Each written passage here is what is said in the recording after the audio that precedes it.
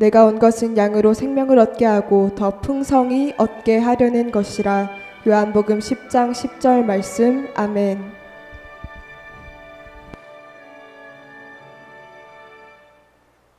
아멘.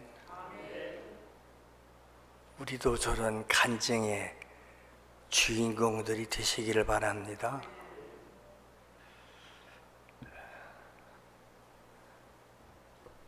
제가 이 목이 또 상해서 목감기가 와가지고 지금 한 달째 됐는데도 이렇게 목이 아직 완전히 트질 않았습니다. 여러분들이 좀 기도를 많이 해주시기를 바랍니다.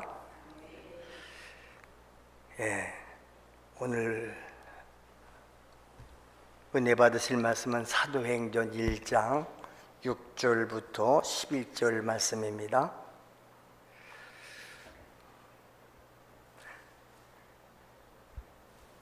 사도행전 1장 6절부터 11절 말씀을 우리 다 같이 한 목소리로 합독하시겠습니다.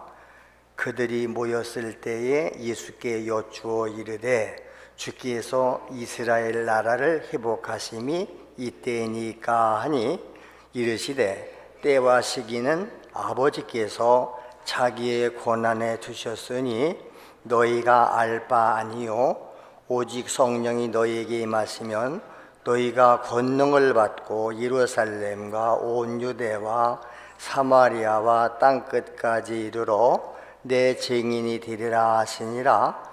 이 말씀을 마치시고 그들이 보는데 올려져 가시니 구름이 그를 가리워 보이지 않게 하더라. 올라가실 때에 제자들이 자세히 하늘을 쳐다보고 있는데 흰옷 입은 두 사람이 그들 곁에 서서 이르되 갈릴리 사람들아 어찌하여 서서 하늘을 쳐다보느냐. 너희 가운데서 하늘로 올려지신 이 예수는 하늘로 가심을 본 그대로 오시리라 하였느니라. 아멘.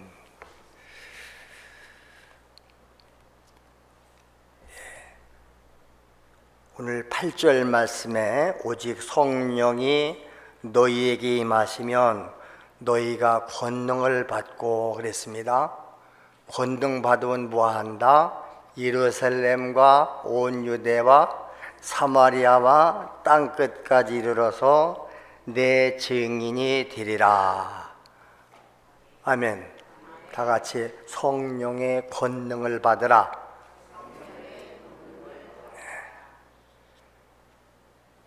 예수 그리스도의 전 생애와 그분의 활동을 잘 보시면 모두가 다 성령의 역사였습니다. 예수 그리스도의 탄생도 성령의 사건입니다.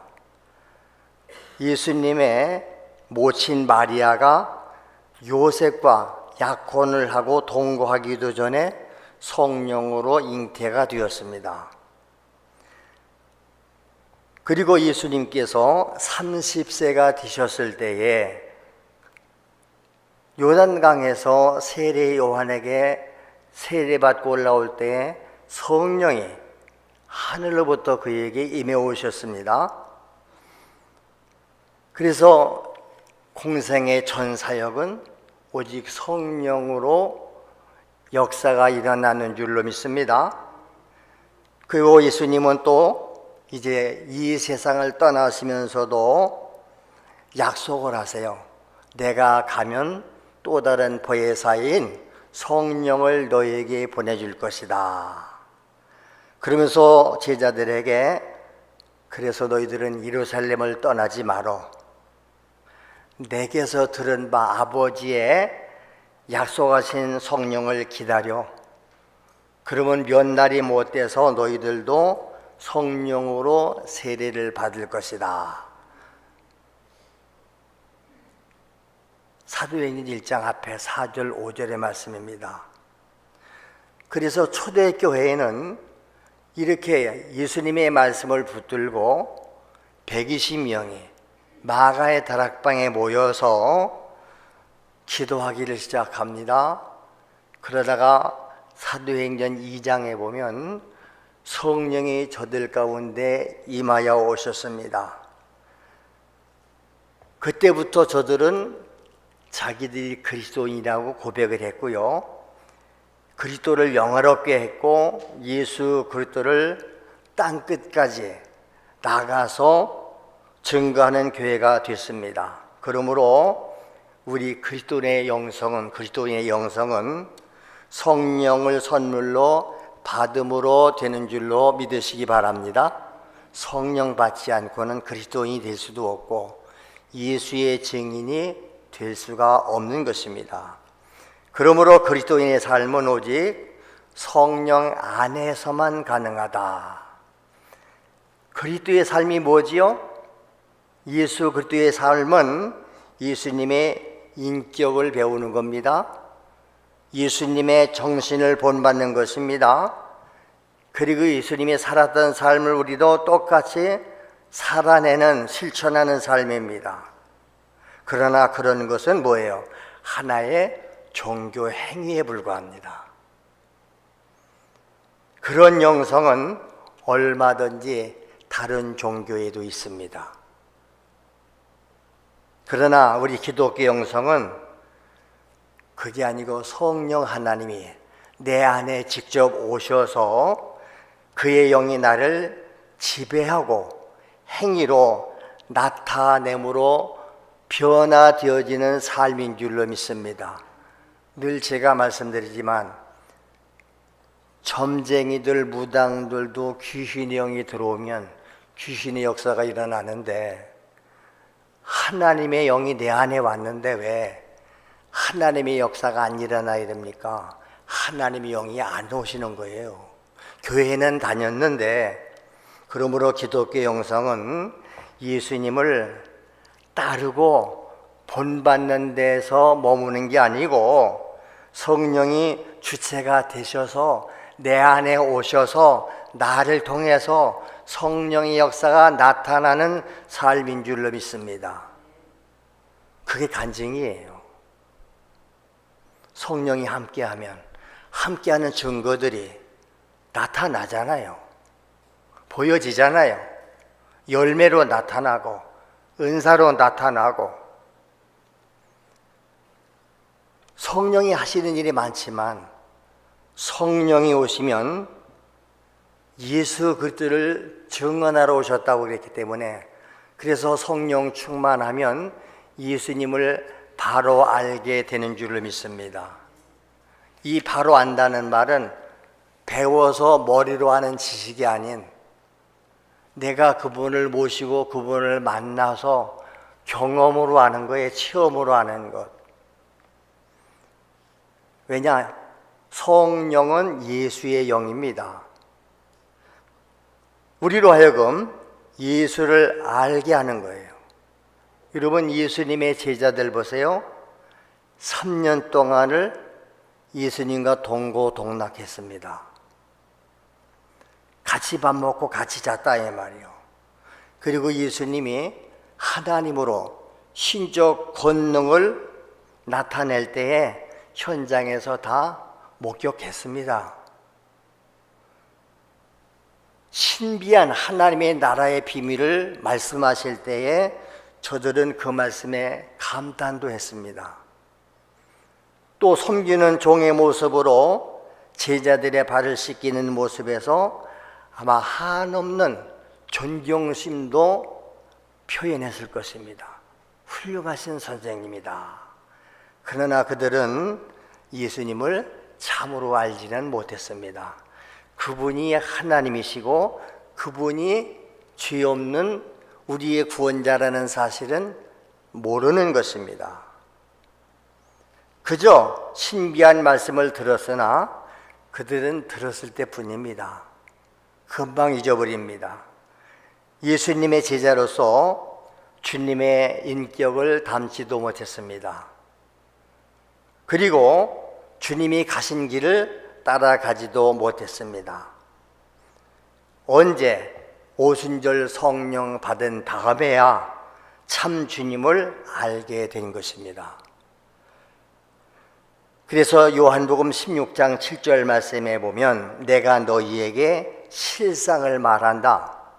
내가 너희를 떠나가는 것이 너희에게는 유익이 될 것이다. 왜? 내가 가면 또 다른 보혜사가 너희에게 올 것이고 그가 나에 대해서 너희들에게 알게 할 것이기 때문이다. 사실 예수님이 떠나간 후에 그의 실상을 예수님은 제자들은 알았던 거예요. 예수님이 이 땅에 계실 때는 참 몰랐어요. 그러니까 예수님께서 체포당하시고 가서 신문당할 때에 제자들 다 도망갔잖아요. 맞지요? 그것은 성령이 제자들 가운데 임함으로 지혜를 주시고 계시를 주시고 눈을 밝혀주실 때에 예수님의 실상을 모든 면에서 바르게 잘 알게 됐다는 말입니다. 우리가 사람에서 듣고 배워서 하는 게 아니에요. 그분이 직접 내 안에 오셔서 자기를 나타내셔야 아는 줄로 믿습니다. 아니 여기 여자분들 결혼해서 임신해서 애기 낳아보셨잖아요. 임신이 되면 이 임신이 뭐요? 새 생명이 내 안에 들어왔다는 얘기잖아요. 이 임신 대번 알아요. 물론 무딘 사람도 있지만 즉시 증상들 일어나지 않나요?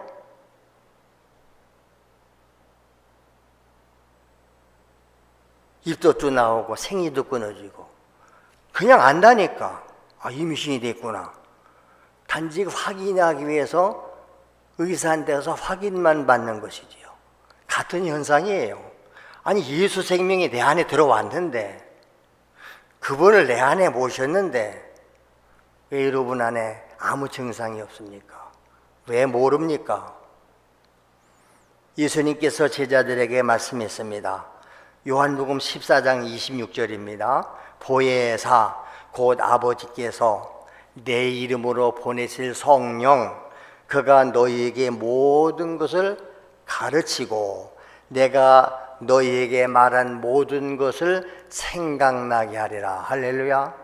성령이 오셔서 가르쳐 주시고 성령이 오셔서 하나님의 말씀을 생각나게 해주신다고 그랬습니다. 그러니까 제자들도 성령 받고서야 비로소 예수 그리스도가 구원자임을 알게 됐고 믿게 됐다는 말입니다. 그 이후에 그들이 어떻게 변화됐는가? 그게 사도행전 역사예요. 그래서 사도행전은 사도들이 행한 것을 기록했다고 해서 사도행전인데 사도행전을 다른 말로 성령행전이라 말합니다. 그 사도들 제자들이 행한 모든 것은 그 안에서 성령이 행한 것이기 때문에 그렇다. 그러므로 오늘도 성령 받은 믿는 성도의 삶을 통해서는 사도행전 29장의 삶이 계속 되어져야 되는 줄로 믿습니다. 자, 베드로가 마가 다락방에서 성령 받은 후에 놀라운 지성의 영성의 사람으로 변화되지 않습니까? 그리고 저가 나가서 설교를 해요. 전도를 해요. 그 전도의 내용은 다른 얘기 안 해요. 예수가 구원자다. 너희가 못 박아 죽인 예수가 하나님이다. 그런데 그 설교를 듣는 모든 사람들이 아니 저 베드로는 공부를 많이 한 무식한 사람인데 갈릴리 바다에서 고기나 잡던 어부인데 어떻게 저렇게 그리스도에 대해서 담대하게 말할 수 있지? 그래서 사도행전 4장 13절에 보면 그들이 베드로와 요한이 담대하게 말함을 보고 그들을 본래 학문이 없는 범인으로 알았다가 배우지 못한 보통 사람으로 알았다가 이상히 여겼다 그래요. 아니 저 사람들이 공부도 못한 사람인데 그러지요? 어떻게 저렇게 자신 있게 성경을 말하고 예수를 말하지? 그러면 그 당시에 베드로의 전도 설교를 들었던 그 계층들이 누구입니까? 관원들이에요. 공부 많이 한 관원들, 종교 지도자들입니다. 거긴 장로들, 서기관들, 제사장들도 있습니다. 근데 그들의 지식으로 볼 때 베드로는 무식한 사람이에요. 배우지 못한 사람입니다. 정규 학교 과정을 다니지 않은 사람입니다. 근데 그들이 베드로의 그 유식한 설교를 듣고 놀랬습니다. 왜 놀랬습니까? 베드로가 예수가 그리스도라는 사실을 담대하게 말했기 때문에 그랬습니다. 건축자가 버린 돌이 지 모퉁이의 머릿돌이 됐다. 구약에 다윗이 쓴 성경까지 인용해 가면서 베드로는 지금 예수 그리스도를 담대하게 증거합니다. 그가 비록 세상적인 지식으로는 무식할지 모르지만 그는 예수를 만난 겁니다. 예수를 안 것입니다. 그래서 예수 그리스도의 죽음과 부활을 증언할 수 있었다 그 말입니다. 여러분, 베드로는 여러 사람이 존경하는 바로 다윗이 증거한 예수를 너희가 못 박아 죽였는데 하나님이 그를 살려내셨다. 그러면서 뭐라고 그래요? 우리가 이 일의 증인이라 그래요. 우리가 이 예수에 대한 증인이다. 할렐루야. 성령 받으면 권능 받고 뭐 한다? 예수의 증인 된다 그랬잖아요. 성령 받아야 예수의 증인 되는 줄을 믿습니다. 베드로가 그러잖아요. 구약에 예언됐던 바로 그 메시아가 예수요. 우리가 이 일의 증인이요. 그리고 하나님께서 예수님을 하나님 보좌편으로 높이심에 그 다음에 약속하신 성령을 우리들에게 선물로 주셨다. 우리가 말하는 것은 지금 내 말이 아닌 성령의 권능으로 이 예수를 증언하고 있다. 너희가 보고 듣는 바 우리가 행하는 표적 기적이 이게 우리가 하는 일이냐? 성령의 역사다. 오직 예수만을 전하는 줄로 믿습니다. 우리도 이런 체험과 간증의 역사가 나타날 수 있게 되시기를 축원합니다. 그 다음에 성령님은 내 안에 오셔서 다 같이 예수의 마음을 품게 한다. 네. 성령께서는 우리 인격적 속성을 다 가지고 계십니다. 인격에는 세 가지 요소가 있죠. 지성이 있고 감정이 있고 의지가 있습니다. 성령께서는 이러한 인격의 요건을 모두 가지고 계시다는 거예요. 그래서 성령은 예수를 알게 하는 영이다.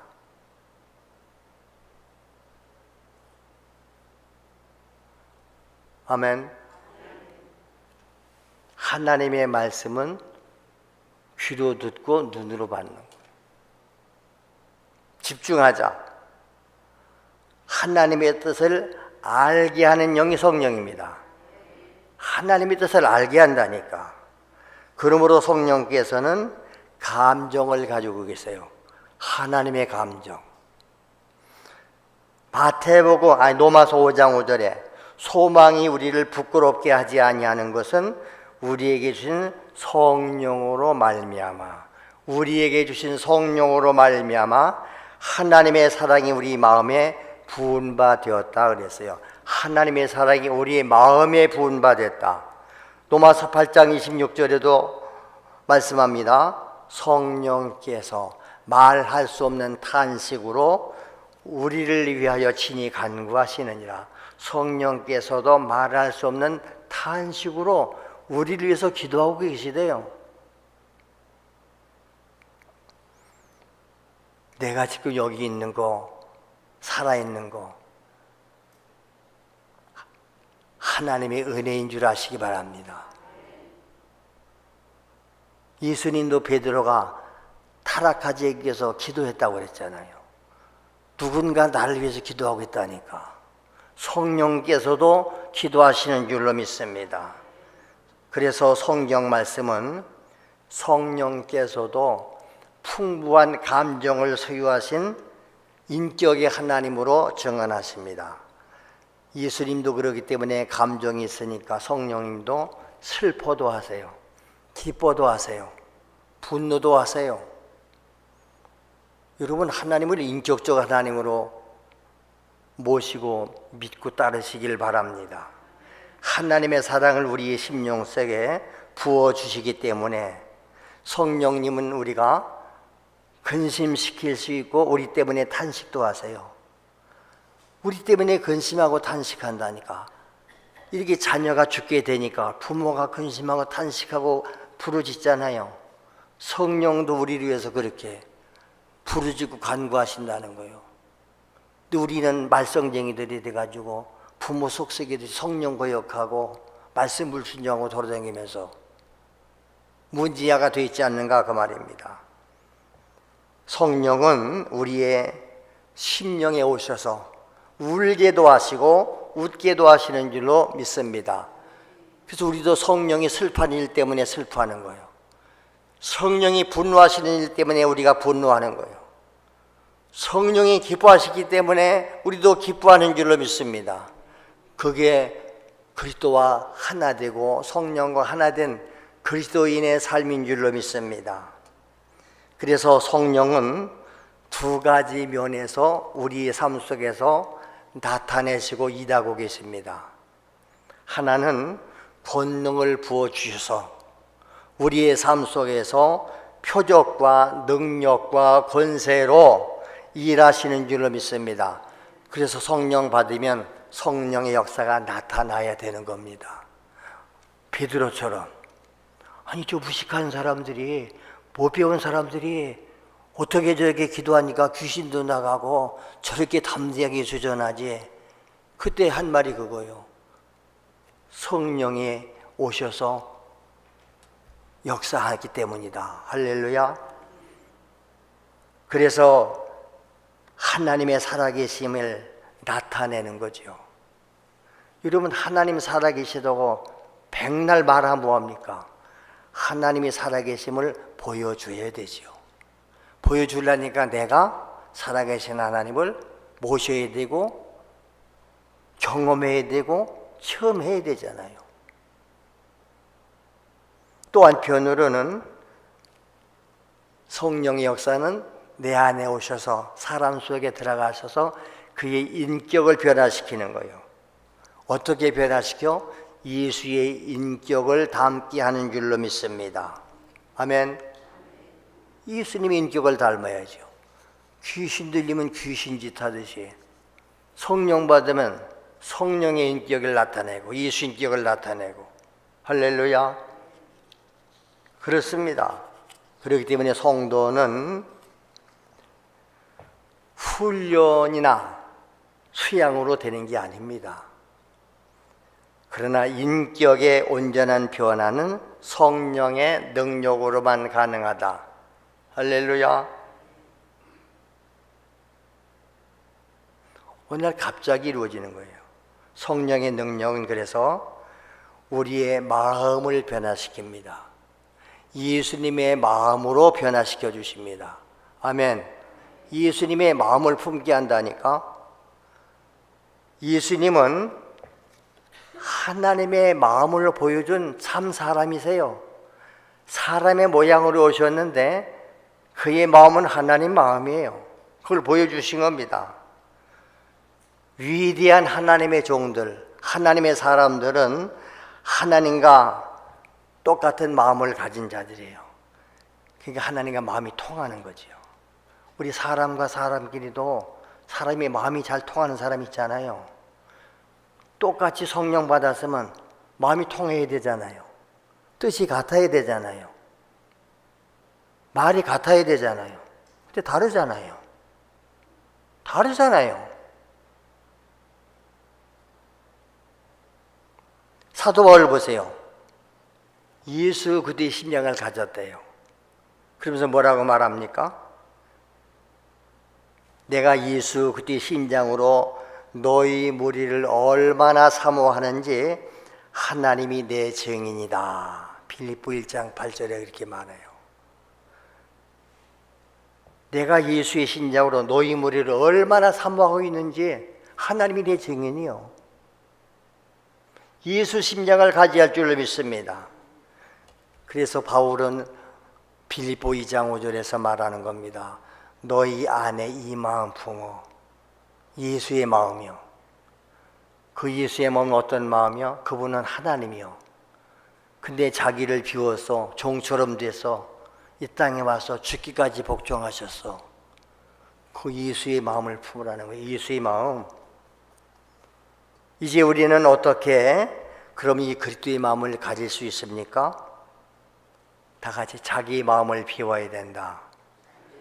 우리가 자기 마음을 비운다. 나를 비워야 돼요. 나를 비워야 새 마음이 오잖아요.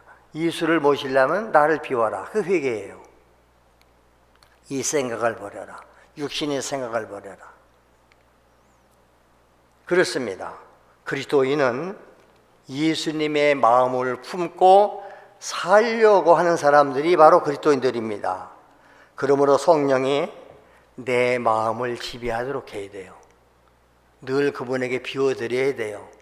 성령님 내 안에 오셔서 나를 지배하세요.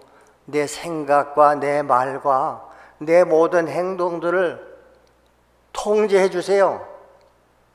우리 마음속에 예수의 마음을 품는 것은 하나님이 보시기에 합당하고 하나님이 보시기에 기뻐하는 마음인 줄로 믿습니다. 그래서 바울은 그리스도의 마음을 품어라. 예수의 마음을 품어라. 그러는 것입니다. 이 말은 예수님의 심정, 예수님의 사상, 예수님의 인격을 닮으라는 것입니다. 그럼 예수님의 마음이 어떤 마음입니까? 예수님의 마음은 거룩한 마음입니다. 할렐루야. 다 같이 거룩한 마음. 성결한 마음이에요. 하나님만 생각하는 마음, 자비로운 사랑의 마음, 죄인을 불쌍히 여기는 마음, 긍휼히 여기는 마음, 진실한 마음, 거짓 없는 마음, 겸비한 마음, 자기를 낮추는 마음, 죽기까지 하나님의 뜻에 순종하는 마음, 고난을 참으시고 희생을 자초하는 마음속에 아무런 육신의 종력이 없는 바로 성결한 마음을 가지라는 겁니다. 할렐루야. 이게 어떻게 가능하다? 성령이 오셔야 역사한다. 그 다음에 성령의 능력은 다 같이 죽도록 충성하게 한다. 충성이라는 말, 헌신이라는 말 다 같은 의미입니다. 기독교의 최고의 영성은 그래서 순교의 영성이다. 할렐루야. 성령 임하면 뭐 한다 그랬죠? 사도행전 1장 8절에 성령님이 오시니까 권능 받고 예루살렘, 유대, 사마리아 땅끝까지 돼서 뭐 된다? 우리가 무엇 물어봐 대답 잘하는 거 그건 지식이에요. 그렇게 많이 알아서 여러분 변화됩니까? 그럼 도대체 예수 증인 된다고 그랬는데 증인이 뭔데요? 목숨 거는 겁니다. 여러분 법정에 증인 서는 거 아시잖아요. 증인은 두 가지 증인이 있어요. 원고가 세우는 증인이 있고 피고가 세우는 증인이 있어요. 다 자기에게 유익한 증인 세우지요. 증언 잘못 쓰면 죽을 사람도 살려내고 살 사람도 죽이기도 하고 증인에게 중요한 거예요. 근데 성령 받으면 뭐 한대요? 예수 증인 된대잖아요.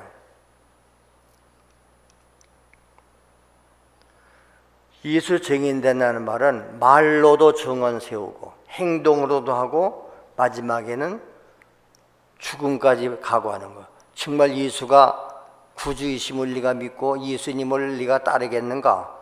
나는 죽으면 죽어도 예수 부인 못합니다.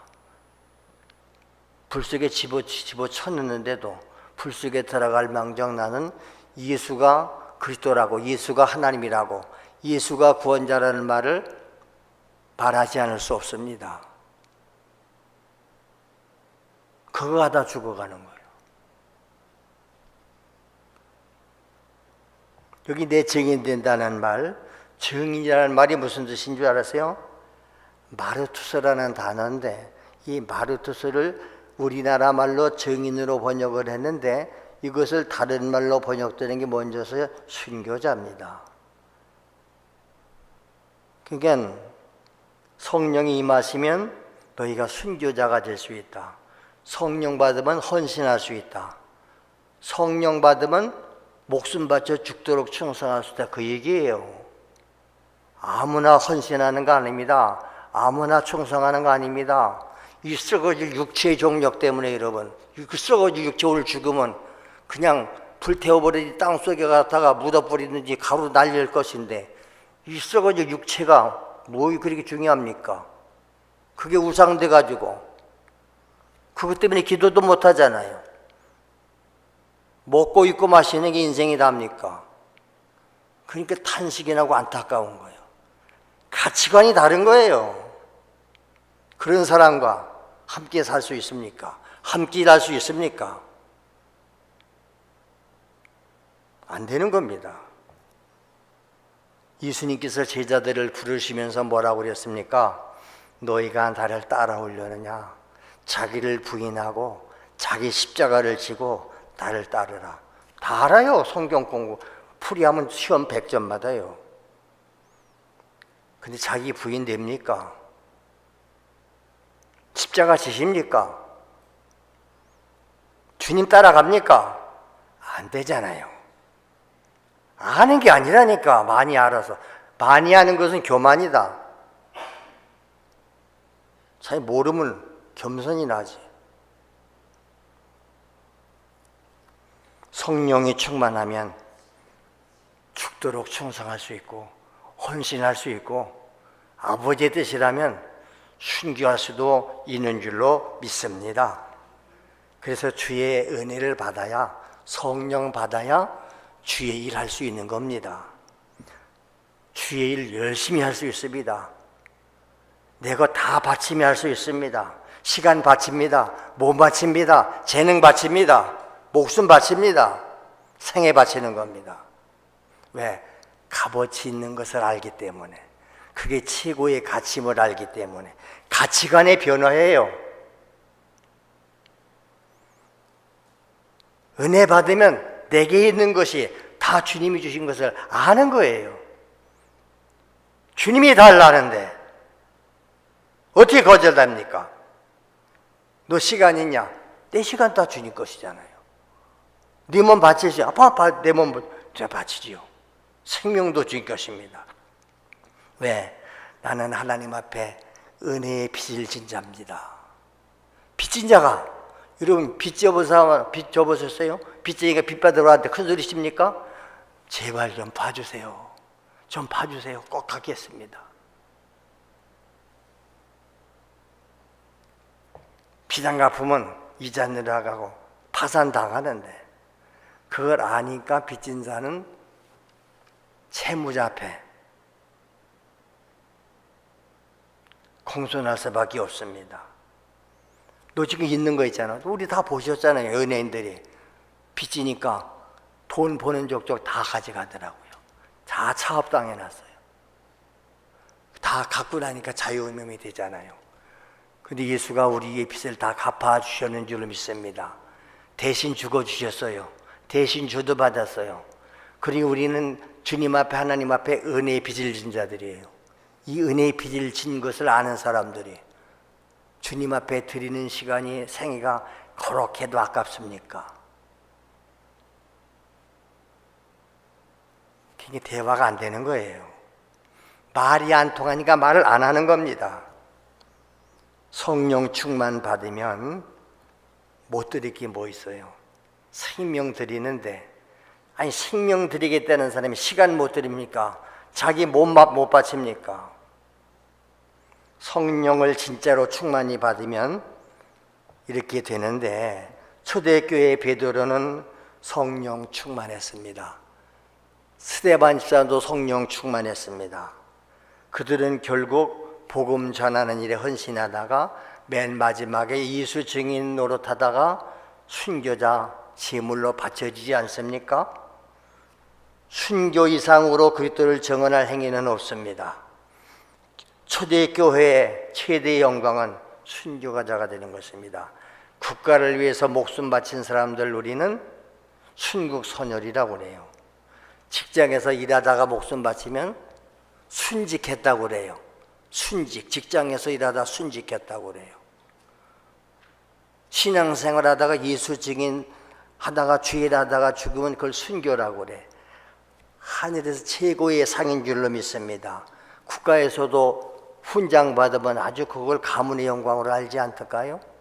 녹슬고 없어질 영광. 이러한 영성의 사람이 되기 위해서 그럼 우리가 할 일이 있다. 무엇냐? 회개하라.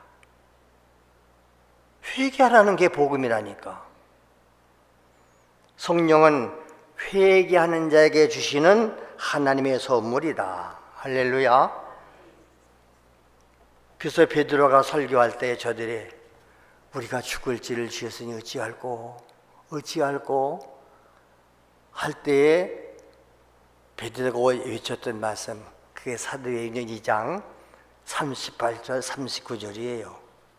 너희가 회개해 각각 예수 그리스도 이름으로 세례를 받고 죄사함 받아라. 그러면 뭐한다? 성령의 선물을 받을 것이다.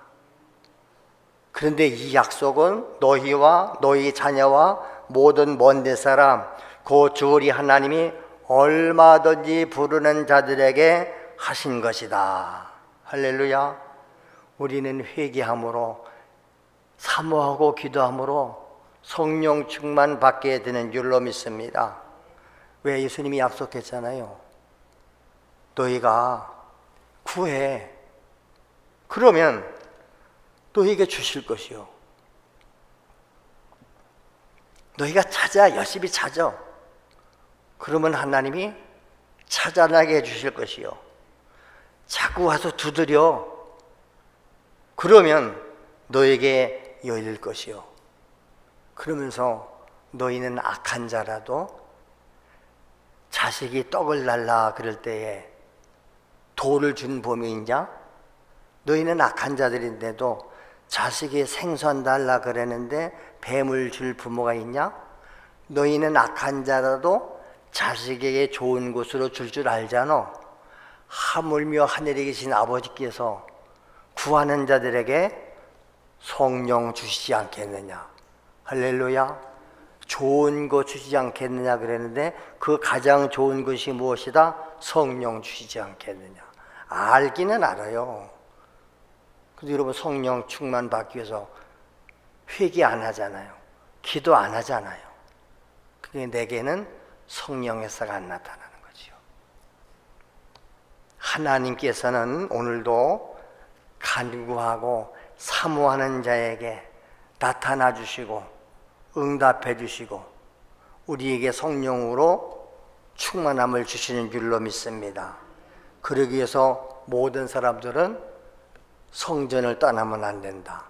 500명이 예수님 말씀을 분부받았는데 120명만 예루살렘 마가의 다락방에서 10일 동안만 오로지 기도했잖아요. 성전 떠나지 않고 하나님의 임재를 기다리며 성령의 오기를 사모하며 기다리면서.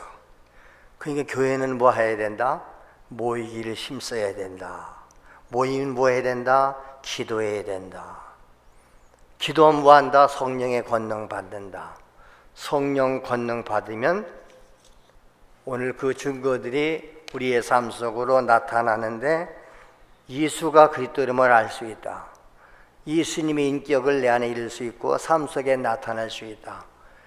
그래서 예수의 증인되고 남은 생애라도 다 바쳐서 영혼 구원하는 일에, 그 영혼을 돌보는 일에 우리 모두가 쓰임받게 될 수 있기를 축원합니다.